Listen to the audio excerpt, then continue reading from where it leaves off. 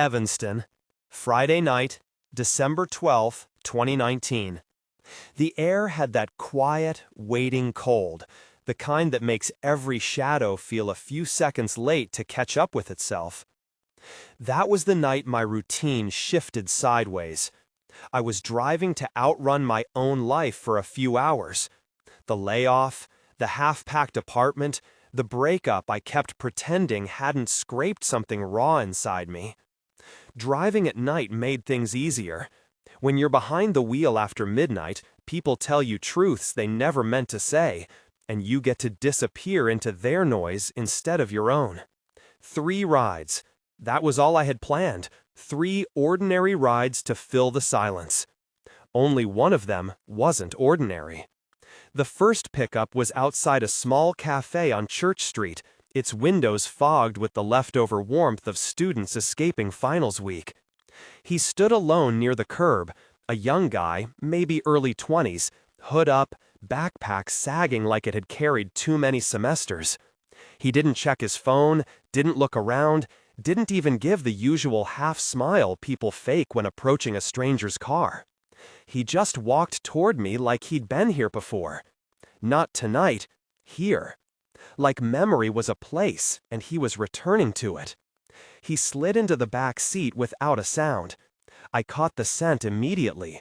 Peppermint, faint and cold, mixed with something sterile, like hospital plastic that's been wiped clean too many times.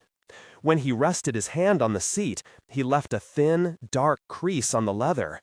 Not dirt, not moisture, more like an impression, a pressure that lingered. In the rearview mirror, he wasn't watching me. He was watching the city outside, the way people watch old photographs they've already memorized. And then he whistled. 3 soft notes. Not a tune, not even a pattern, just 3 little breaths of sound that didn't belong anywhere. They dropped into the car like they were marking something. Later, those 3 notes would come back in ways I can still hear. That was the moment, small, quiet, almost nothing, when I first thought, he didn't move like someone from here. He moved like someone returning from someplace you don't talk about. "Where to?" I asked, in my neutral driver voice. "Evanston Hospital. By the campus, please." He said it softly, so softly it sounded less like a direction and more like a request to keep him moving, to not let him stop. He dropped a folded page between his knees, a flyer, a schedule, maybe something torn from a bulletin board. His fingers trembled just slightly when he let go of it. Peppermint on his breath, and that whistle, 3 short notes, repeated twice, each one cooling the air inside the car as if something unseen had settled in with him. We didn't talk about where he'd been or why he seemed folded to himself. Silence is part of night driving. I've learned to let people keep whatever pieces of themselves they don't want witnessed. He lifted his backpack, pressed his hand briefly against the seat, like he was checking if the world could still remember him, and then slipped out into the wash of amber streetlight. The whistle stayed in my head like a distant island sound. I ignored it, or tried to, but that tiny oddness followed me through the next passengers, a hospital drop-off, a long lakefront ride, a drunk student, someone headed to an early shift. The city felt thinner, more porous, like anything could pass through it if it wanted to. If you're still listening, good. Stories like this only work if you stay with me to the end. The second ride came from a church across from Ryan Field. A softer scene, but heavy in a different way.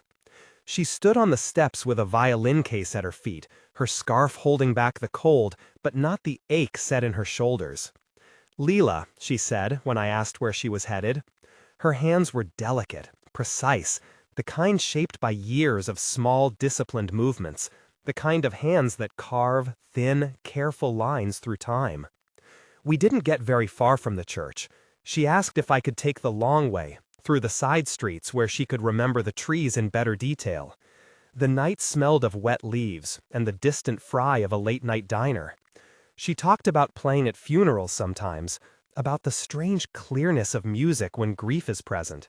People listen differently, she said, like they have fewer places in them where they can hide. She told me, in a voice that was soft and precise, about seeing one man at concerts and funerals, sitting in different pews, his coat a faded brown. I kept thinking I'd seen him before, she said. Sometimes he would be at one funeral, then at another a week later, and I couldn't tell whether it was the same person or the way grief sits in public, like a familiar face. She laughed once. The sound was brittle. Maybe it's just that people who attend funerals are a small set. Or maybe I'm being silly. When I asked what she did for work, she said simply, I teach and I play. I play at people's goodbyes. She said the last words like they were an apology and a job title at once. Stone-handed facts prick the poetic in the way that memory works. This wasn't a ghost story. Leela wasn't claiming supernatural things. She said the man sat like a memory, and that phrase landed in my ears the way the 3 notes had. 2 separate people, 2 small renderings of memory. He walked like a memory, he sat like a memory. The motifs multiplied, the details clustered. Peppermint, whistling, memory as a posture. And the night began to seem less like a series of isolated pickups and more like a thread fraying through the city's fabric. When we reached her street, I watched her take the violin case, saw the way her fingers closed around the handle, the way she paused first by the door as if to feel the temperature of the world outside. She left a trace on the seat, a curl of dark hair, dog hair, or maybe from her coat, and the faint scent of rosin, like the residue of music. I noted those things because drivers collect small facts the way other people collect photos, to remember that something happened, to prove to ourselves we were awake inside a long night. Leela asked before she closed the door whether I'd ever thought about what it means to be a witness. Drivers witness so much, she said. You're passed through people's lives, you're briefed into their stories. Her voice suggested a gratitude I felt but rarely named. You remember people like you remember passages of music. She was right. I had a ledger of faces and habits already written into me, 1,000 small index cards in the back of my mind. The woman who always left a folded to-do list on her passenger seat, the man who whistled the same 3 notes and always smelled faintly of mint, the teenager who talked to his phone like a counselor. I had, without being asked, been made a repository. Leaving her at the curb, I watched Leela disappear into the lamplight. Later, when I was idling at a red light, I found myself whistling those 3 notes under my breath, out of habit now, a private metronome to set me moving. The night deepened. The city's neon hummed. I sent the app into motion for the next pickup and tried to shrug off the way the small details kept settling into one another like wet sand. There are small, stubborn rhythms to driving at night. You get to know certain corners, the block where students leave wine bottles in the alleys, the diner where the owner greets you by name once he knows you, the church steps where someone always plays something that makes your chest ache. You know which neighborhoods are too quiet and which hum with activity. The app pings in measured beats. Request, accept, arrive, start trip, complete. Time compresses into the string of those verbs. You learn to breathe with that rhythm, so your attention can stay long enough to notice the things that matter and short enough that you don't collapse into everyone else's sorrow. My shift after Leela was ordinary for a while. I took a couple of short fares, a guy going to a late shift at a sub shop, a couple of students arguing fondly about finals in the back seat. Maria flashed me from across a parking lot, the old driver wave, a human bulletin that said all is well. She was a friend and an informal mentor, 10 years on the night shift, more practical experience than the company could code into its app. We exchanged the kind of small talk that keeps people tethered. How's your night? Busy enough. Watch out on the terrace, group of kids tonight. The city is full of those tiny check-ins that make working alone feel less solitary. Around 10:30, I remembered the peppermint from the glove box. I popped a piece and felt it dissolve, cold and sharp, like a tiny airborne clarifying agent for my thoughts. I was heading east when the app pinged me for a requested ride, as if a small hand had tapped the window of my car. The pickup was listed as Kennedy Overpass, near Ridge Ave. The location sounded routine enough. I'd driven that route a dozen times. The ETA on the app said the passenger was waiting and that the pickup was requested immediately. The timestamp registered as 11:47 p.m. It looked like a short, late-night fare, someone trying to get home, someone in a hurry, someone who wanted to cross a darker part of town. There is a split second when you accept a ride, and the world outside your windshield acquires a new weight. Where exactly the person is standing, what the light will reveal when you arrive, whether there will be another car at the curb. I pulled into the assigned lane, eased my headlights toward the underpass, and felt, as drivers do sometimes, the particular, small responsibility of being the one who shows up. On the way, I thought of the whistled notes and the violin rosin as if they were clues in a puzzle. That kind of thinking is irrational, I know. Two oddities don't make a pattern. But nights collect patterns in stubborn ways. People who can't sleep create constellations out of streetlights and the long complaints of trains. And as I turned the wheel toward the overpass, the city felt like a place where the past keeps trying to take physical steps inside the present. When I pulled up to the Kennedy overpass, there was a figure under the sodium glow. He stood with his backpack slung low, head bowed against the wind. He looked, at a glance, like the kind of person who had been waiting and got used to waiting. I keyed my window and called his name as the app suggested, and he looked up slowly. He was not the whistler from earlier, not the violinist. He was something else, different sort of stillness. He climbed in without the usual fumbling, sat in the passenger seat with a movement that lacked urgency, and then, as the car began to move, he leaned back and closed his eyes, like someone who was trying to sleep while traveling. I made a mental note to myself that I should ask where he was headed, because that was the protocol, and because it's basic human curiosity. But something about the way he rested his face back made me put the question off for later. That small postponement, thinking I would ask him later but not doing it, would become a pivot point. It's always easier to say I should have than to carry the actual memory of what you didn't do. I try to be exact with my memory because the edge between what you did and what you didn't is where guilt lives. I didn't know yet that night would hand me something I wasn't ready to carry. There are other details I should mention now, because, in hindsight, they are the faint but steady lines that trace where the night would split. The car's overhead light was off. The heating felt uneven, a little too warm on my hands. I had a peppermint in the cup holder that had gone half melted.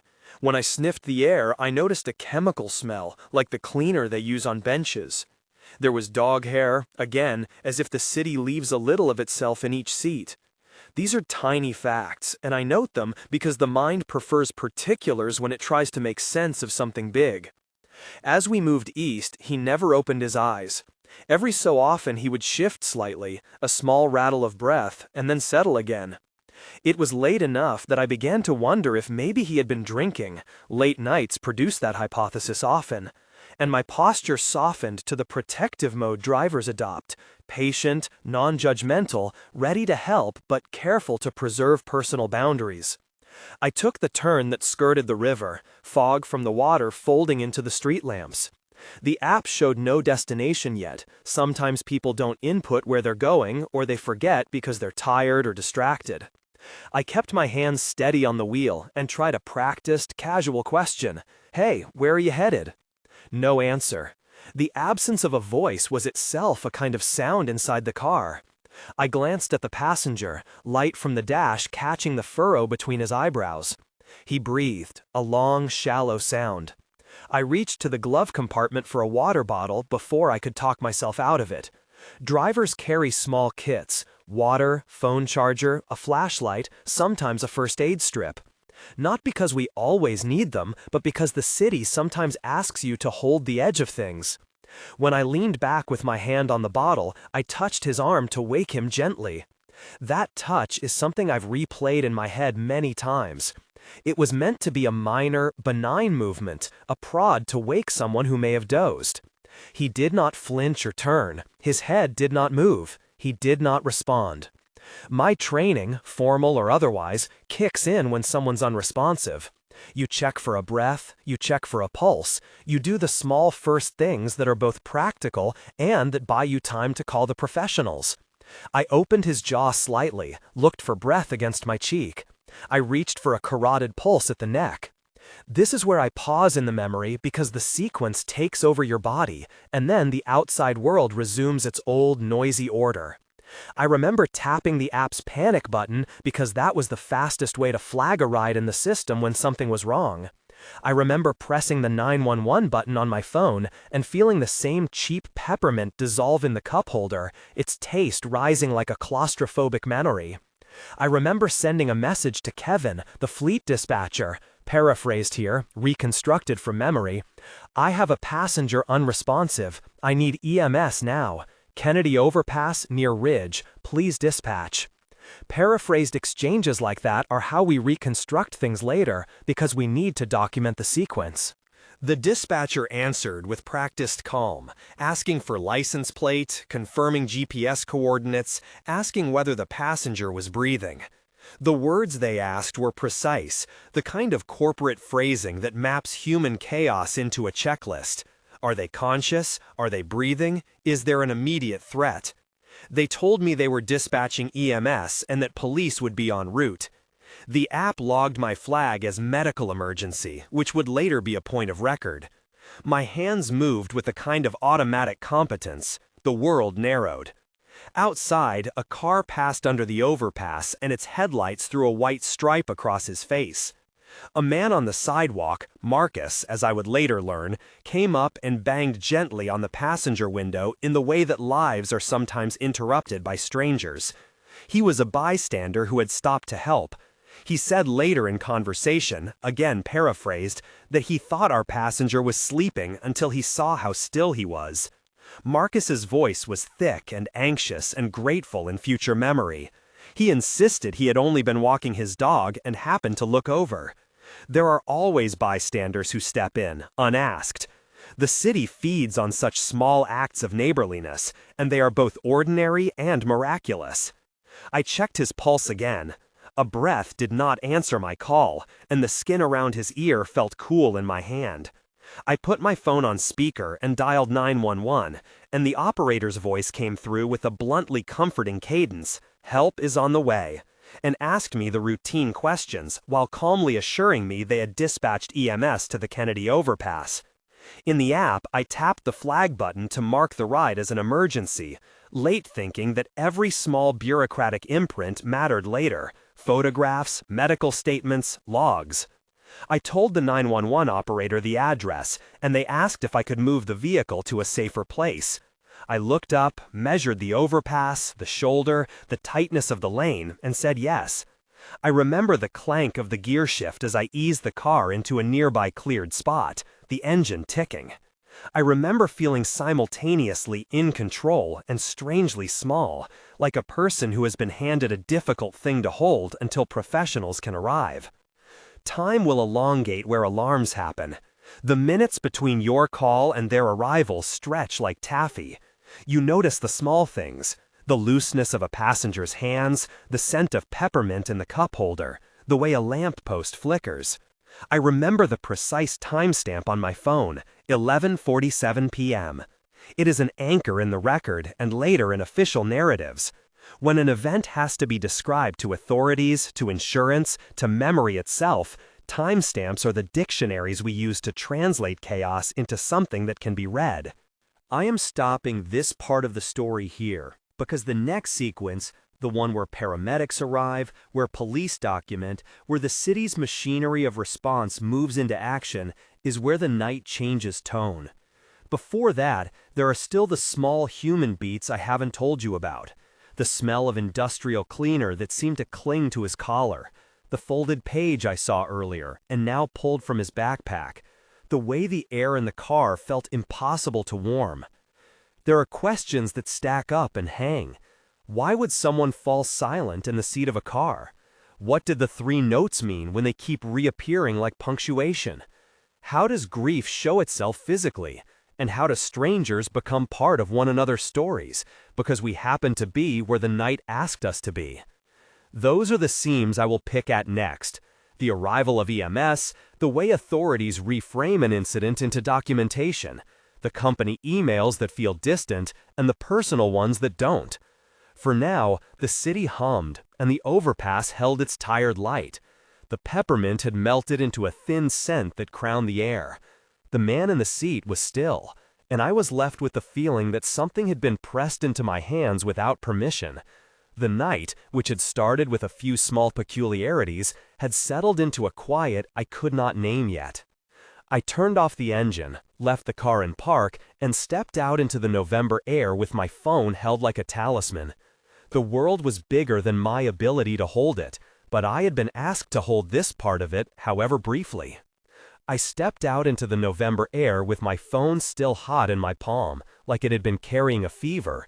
The wind pushed the underpass's notes across the street, and I remember thinking, maybe for the first time in my life, that the city had a vocabulary of its own, small, useful words for emergencies and long, cumbersome ones for grief.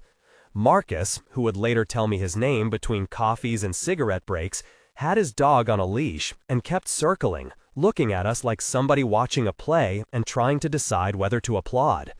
He had been the one to bang on the passenger window, a rhythm of knocks that cut through my panic in the way that physical contact sometimes does. It made the scene a thing you could measure. Paramedics arrived with sirens subdued, teams trained to move precisely as altitude drops in a storm. They were quick and competent, which is what you hope for and then forget to be grateful for until it has happened. Paraphrased from memory, the lead EMT asked me calmly for the time, the passenger had been picked up, any visible signs of trauma, and whether there was an occupied seatbelt. I told them I'd accepted the ride at 11:47 p.m. At the Kennedy overpass, that he had been quiet when he climbed in, and that I had noticed a peppermint in the cup holder and some cleaner smells on his collar, small things that later, as records, would feel almost absurd in their trivialness. They worked with practiced economy, airway, breathing, circulation. They put the man on a stretcher with the same delicate efficiency that caretakers use when moving a sleeping child. I watched as if from behind glass. The paramedic's glove made a small sound against the vinyl. Someone wrapped a thermoplastic blanket around him, as if the city could be tacked onto the stretcher like an afterthought. An ambulance pulled a neat block in front of my car, and the EMTs slid the stretcher into it. For a second, staring at the interior as it receded, I had the absurd sense that the peppermint in the cup holder had decided to come with them, like the smallest relic of the night. Marcus followed the ambulance with his dog at a quiet trot. He kept repeating, "I didn't see no movement. Looked like he was asleep." And the way he said it made the possibility of sleep feel unbearably ordinary and unbearably final at once. Officer Ramirez arrived in a patrol cruiser and moved with a kind of brisk softness. She took my statement at the scene, my voice stable, the details in the exact order they had been, where I had picked him up, how he had entered the car, the timestamps. Detective Lewis, from later reports and interviews, would be the one to take my longer, formal statement down at the precinct. He was a tall man with a voice that folded the city into its sentences and asked difficult questions without making them sound heavy. In the moment under the overpass, Officer Ramirez checked my license, asked to see my app log, and photographed the interior of the car. She left the camera on the same passage that would later be transcribed into official records, one of the practical things you do that transforms the scene into evidence instead of memory. The ambulance left with lights off. The EMS team told me they were taking him to the nearest emergency room. Words like nearest and emergency are useful because they map a place where human agencies try to do the impossible, convert sudden absence into explanation. The police cars idled, somewhere between a presence and a border wall. An officer asked if there were surveillance cameras on the overpass or nearby. I told them the bus shelter had a small municipal camera, but that I hadn't seen it point toward our exact lane. Later, Detective Lewis would say he would follow up. In the lull between the ambulance's taillights and the resumption of traffic, I felt the night's weight shift. Back in the car, the peppermint had dissolved into a thin syrup across the cup holder. The melted sugar wore the same amber color as the streetlight. Marcus lit a cigarette and offered me a hand. "You okay?" he said, and there was a question in it that didn't expect a clean answer. I remember nodding and then finding it hard to pick a sentence to fit the moment. The app had already logged the ride as an emergency. I pictured, with a creep of formal panic, the little system of ticks and flags that would file the night away into a corporate folder labeled Incident 2019. My chest felt like another thing that the city had asked me to leave at the curb. Later, at the station and again at my kitchen table at 3 in the morning, I tried to recall every small thing I had seen. I told the officers about the knuckle-shaped crescent on the leather from the first ride and the 3 notes that had been whistled in the back seat of my car hours earlier. I told them, as plainly as I could, about Leela and her violin and the way memory had been sitting sideways in the night. They listened and wrote and made the motions of official attention. Detective Lewis asked about the passenger's clothes, whether I had seen any identification, how he carried his bag. I told him I hadn't paid more attention to the bag until I saw paramedics taking the man away. They had taken it with him. "We'll check the hospital," Lewis said. "Clothing and personal effects will be logged." I was asked to come down to the station in the morning to make a formal statement. The next day, in the mid-gray of a Saturday, Detective Lewis sat across from me with a notebook and a patient expression. He read back my recounting and asked for clarifications. "We have the ride flagged. We have 11:47 p.m. recorded," he said, the file already forming in his tone. "Did you note any distinguishing marks? A scar, tattoo, anything?" I told him about the folded page I'd seen earlier, though I couldn't be sure whether it belonged to the man from the Kennedy overpass or to the first student who'd sat in my back seat that night. The confusion felt like a small human seam in the larger cloth of the investigation. The hospital called that afternoon and asked whether I could identify items removed from the patient's belongings. They did not release status updates over the phone. Hospitals are careful for reasons that are mostly humane and partly legal. I gave them a description of the backpack and said I would come if they needed a formal identification. Detective Lewis called me to say the patient had been identified as Martin, only his first name would be released in the initial calls to family and media, but that the medical examiner's office had taken custody.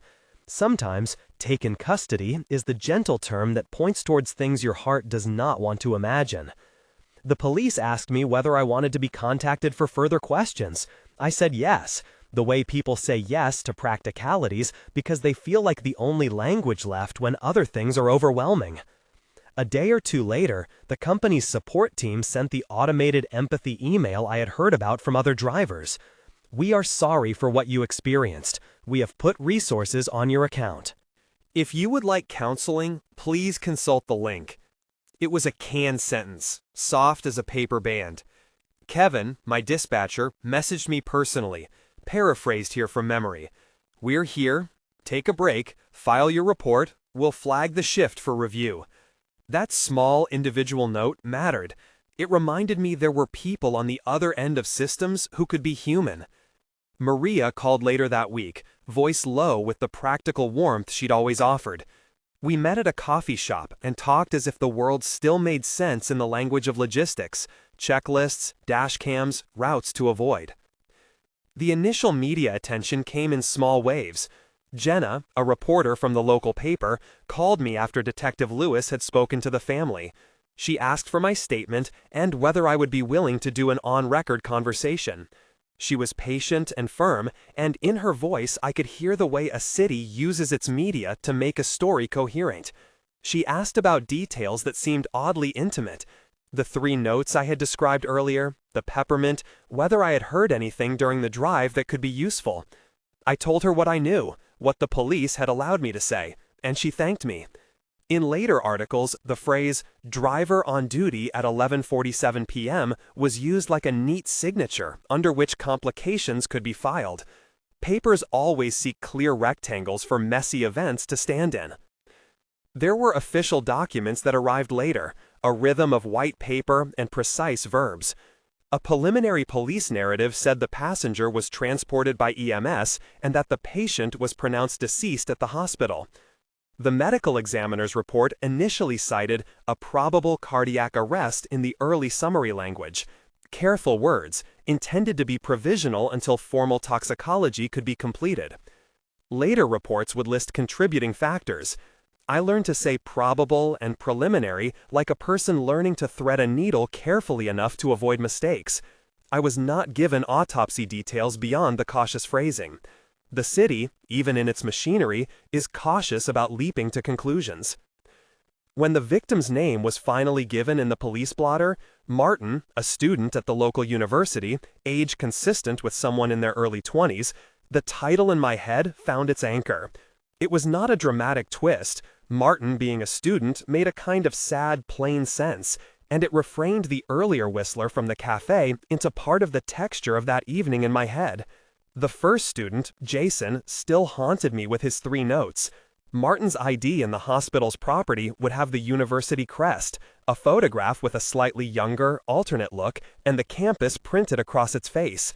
I remember the dull shock of seeing that crest in a police department file, as if the city's institutions had folded into one another, the university, the hospital, the overpass, my car, until there were no edges left.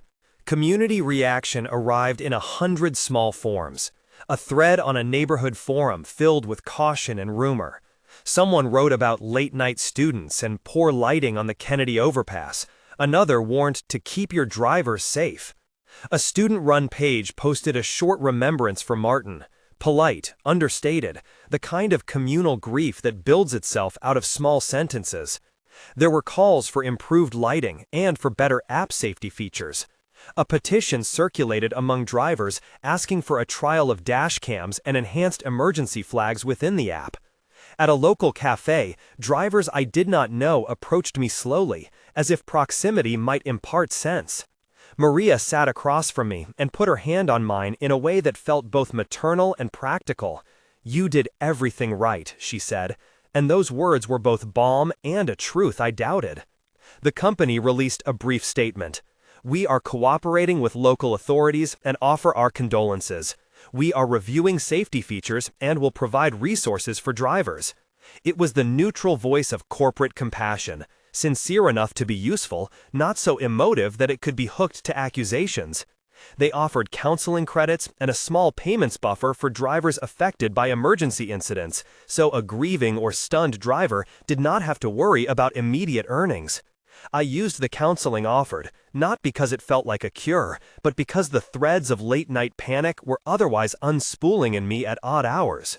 Detective Lewis called me a second time and asked about the other student, the whistler, Jason. He had been on the police's list of people to check in with as potential witnesses rather than suspects. The team wanted to map every possible contact. I told Lewis where Jason had been dropped off earlier that night and described the peppermint, the whistling, and the knuckle mark on the leather. Lewis took notes and said they would follow up. A few days later, he called to tell me that Jason had been interviewed and that he had no apparent connection to Martin. The echoes of the night, however, were stubborn. Even when the police traced the most practical lines, motifs kept returning in my head like a chorus. There are rhythms of recovery and rhythms of ritual. I found myself making little changes that acted like stitches. I installed a dash cam with an always red LED that faced the interior. Every time I drove and saw that tiny light, I felt steadier. The camera's lens made the car into something less ephemeral, an archive rather than an ephemeral bubble. I bought a small first aid kit and a flashlight with extra batteries. I began to keep a pen and a legal pad in the glove box just in case I needed to record a name, a time, a smell. Maria sent me the link to a driver's group where we shared safety tips like recipes. We developed a peer check-in system. If you finished a ride that involved an emergency, you sent a text to a predetermined line of other drivers to say you were okay. It was a simple human network that felt more concrete than the company emails. Counseling was a steadier, harder work. The first therapist I saw listened as if each sentence I offered was a rare specimen. I talked about the small things, the peppermint that arose like the residue of all 3 rides, the way dog hair seemed to migrate from seat to seat, the 3 whistled notes, and she nodded and sometimes asked me to sit with the memory differently, to allow its edges to be what they were instead of what my fear wanted them to be. One exercise had me write the scene as if I were an observer rather than a participant. Another asked me to name the precise sounds present at 11:47 p.m. Those practices did not erase images, but they started to rearrange them into something that could be carried. In the weeks that followed, the neighborhood held a meeting in a church basement, an unmarked room with folding chairs and stale coffee. Detective Lewis spoke for a time about the practical side of investigations and what the public could expect. A representative from the university mentioned support for students and a temporary increase in shuttle routes late at night. Company representatives announced a pilot program for interior dash cams for drivers and a fast-track protocol for driver-initiated emergency flags. Drivers like me asked blunt questions. What happens if a passenger becomes unresponsive? How fast can an EMS team get there from certain points? Can the app be programmed to make a loud external alarm when a driver flags a medical emergency? The meeting was practical and a little raw. Threads of anger and grief braided themselves through the conversations. People talked about lighting on the overpass and about the need for better signage. Someone suggested a volunteer rideshare buddy system for late-night routes near campus. I started to notice how the city sanitized the wildness of a night into forms we could work within. A coroner's report, when it finally concluded its preliminary toxicology, used careful language. Findings consistent with cardiac arrest, toxicology pending, no signs of foul play evident from external exam. Those were the phrases of institutions that try to hold uncertain things responsibly. Later reports added nuance about substances found in the system, phrased only as detected at levels consistent with contributing factors, phrases that read like polite disclaimers and still carry a hammer. Journalists wanted to know the timeline. Editors insisted on clear, readable sequences: pickup, unresponsive passenger, EMS, hospital, death. Jenna's piece was careful. She quoted me about the 3 notes and the peppermint, and she wrote about Martin as a student who died after being found unresponsive in a rideshare vehicle. The headline, in a thoughtful local paper, was not dramatic. It was factual and short, and in the comment thread, there were condolences and critiques in equal measure. People memorialized, people demanded action, people debated the ethics of night driving. Grief and policy are neighbors in a city like Evanston. They sometimes argue over the same patch of curb. Months blurred into a kind of season. The company trialed interior dash cams with privacy shutters and a consent rollout. Drivers who opted in received a small stipend. I was among the first to turn mine on. The red LED, small and constant, became a tiny talisman. At night, when I watched it in the rearview mirror, it felt like a promise that there would be a record now, and that some part of any future accident would be held in a frame. There were arguments about privacy, about whether internal video recorded too much, and debates about the ethics of footage being stored on corporate servers. But for many of us who drove alone at night, the camera's presence was a comfort in the way a lighted cabin can be comforting in a storm. The drivers' union and some local advocates pushed for a feature I had requested in the wake of the Martin incident: a one-button call that locked your screen, notified law enforcement, and shared your live GPS and interior camera feed with an emergency hotline. The pilot for that feature launched in a few neighborhoods as a low-profile test. I remember the rumor chain. First a whispered hope among drivers, then a tech team on a conference call, then the feature's quiet rollout. It's the same economy of hope the city runs on, a small policy change initiated by a handful of people who have paid attention enough to make trouble into reform. There were personal rituals that marked me as changed. I kept a peppermint in the glove box always, not because it settled my stomach, but because it folded the 3 rides into a single object I could use to recall facts with less panic. I checked my rearview mirror more often. I started to say the names of the people I dropped off, aloud, like a litany. Jason, Church Street. Leela, Church Steps. Martin, Kennedy Overpass, 1147. Saying names out loud turned them into anchors rather than ghosts. At night, sometimes the 3 notes would rise unbidden in my throat, and I'd hum them quietly to see if the rest of the world would match that rhythm. It almost never did. The neighborhood organized a small memorial for Martin near one of the campus gateways. It was simple: flowers, a few candles, a scattering of notes left in a cardboard box. Leela came. She played 2 short passages from memory, the bowed notes trembling in the cold. Jason's name appeared in the small gathering. He had come to leave a folded paper that said nothing and everything, and a student I recognized from his campus ID stood next to him. People read aloud small statements written in soft hands. Detective Lewis came and stood at the edge of the crowd, as if respect could be performed by presence alone.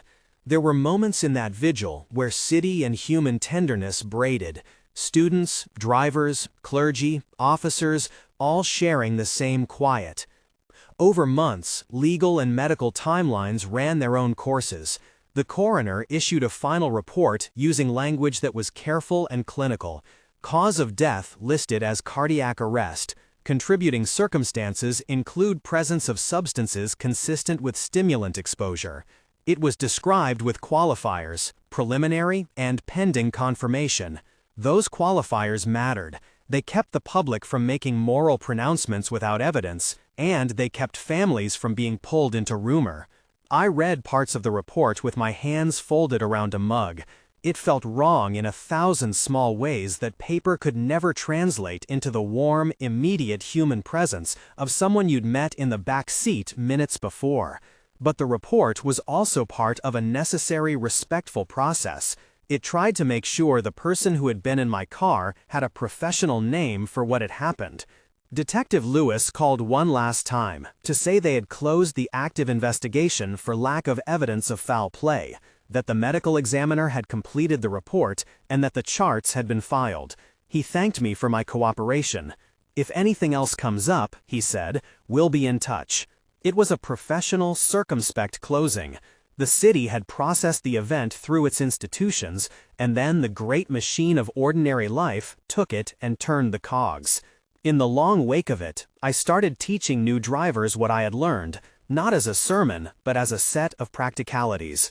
When someone asked me how to respond if a passenger became unresponsive, I would list, slowly and plainly, the steps that had worked. Check for responsiveness, call 911 immediately, flag the ride in the app as an emergency so the company and the platform could see it, note the time on your phone and take photographs of the scene if safe to do so, keep the vehicle accessible for responding teams, and await EMS while maintaining a calm, steady voice. I would add the small, personal things that helped me: carry water, keep a charged phone, have a flashlight, keep a small first aid kit, and arrange for a peer check-in after any emergency. Those were not bureaucratic platitudes. They were the collection of practices that kept me moving in the right direction when my heart wanted to stop. Sometimes, in the hours after midnight when I'd been driving for 3 or 4 hours, someone would climb into the back seat who reminded me of the ones from that night: a slouching jacket, a quiet mouth, the scent of peppermint. When that happened, I'd notice my reflex to reach for the camera, to check the app's emergency functions, to feel for the small cheer of the red LED in the rearview mirror. That light had become the night's small private lighthouse. I didn't overreact to people. I had learned that most late-night passengers are ordinary and private and not threats. But I also had learned how close the line can be between ordinary and urgent, and I couldn't unlearn that knowledge. There was one last thing that lodged itself into my sense of the night, the phrase that began the story for me in the first place. He walked like a memory. The phrase had belonged to me as a private descriptor of an odd teenager in a hoodie who whistled 3 notes. But after Martin, the phrase widened. People do sometimes move through the city as if they are made of past conversations, carrying grief and habit like heavy coats. A student who dies in a car becomes a kind of permanent punctuation in the lives of the people who were nearby. Martin never left Evanston in the sense that the town's institutions would forever carry the paperwork and the grief of what happened. But he also never left my memory. His presence folded into the city's ledger, into the lists of drivers who had to answer emergency calls, into the meetings where policy and practicality found each other. On quieter nights now, if I catch myself whistling those 3 notes, I stop and listen to what else the city says. Once, when I was waiting at a red light near Church Street, a gust of wind lifted a page from the sidewalk and it landed on the road like a small white bird. A passerby fetched it and opened it, and for a second, the edges of my memory and the particulars of the present overlapped.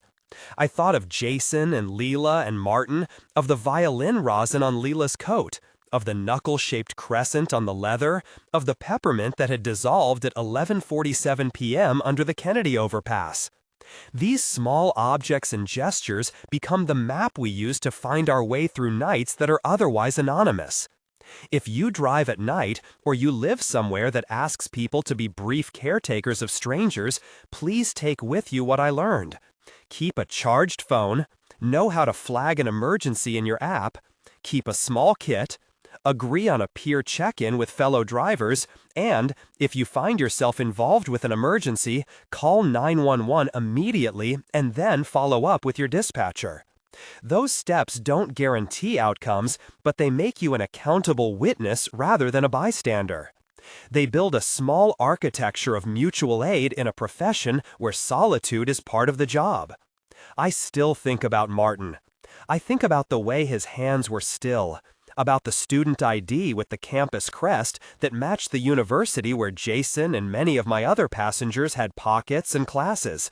I think about the faint smell of cleaner that night, and about how the city gathers and disperses evidence like a tide. The phrase that opened the night, "He walked like a memory," remains a kind of compass. People pass through your life sometimes like memories, already softened by context, and they leave prints that you carry whether you like them or not. Sometimes, on long drives, I compose a small list for myself of the people who have been in my car, the strange and the ordinary. It is not an attempt to own stories that are not mine, but rather a way to honor them, to remember that even brief encounters mattered. I am careful now to write down names when I can, to take a photograph of a license plate if I need to flag a ride immediately when something goes wrong. I learned to let procedural acts be ways of honoring lives too, because documentation is, in its way, a kind of respect. The city's response, dash cams, emergency flags, community meetings, did not make the night less sad. It made it less likely to be repeated in the same way. We put systems where we could, and rituals where systems could not reach. I attended the safety pilot feedback session and told the designer in a small, direct voice what would have helped me most. Faster connections to EMS, an option to broadcast interior audio selectively to a monitored line for emergencies, and clearer instructions on how to secure a vehicle while waiting for responders. They listened, wrote it down, and promised to take it to the next iteration. Improvements like these move slowly, like furniture you assemble in pieces, but they do arrive. Once, months after that night, I drove by the Kennedy overpass at twilight. The streetlight there had been replaced. The glow seemed cleaner. I slowed down reflexively and looked for signs of the small grief that had marked that winter. There was a fresh sticker on a lamppost. Someone had stuck a small paper folded over with handwriting that said simply, "For Martin," and a sunflower taped to the post. It was a modest memorial, the kind that cities make in moments when they want to remember without spectacle. I parked for a minute and sat with the engine off, listened to the city breathe, and felt the small folding of being an instrument in its life. If you are still listening, and if this night lands with you the way it landed with me, consider leaving a line below, one sentence about a time you showed up for someone, or someone showed up for you. These small acknowledgments are not catharsis, they are community building. They are the practical kindness of connection.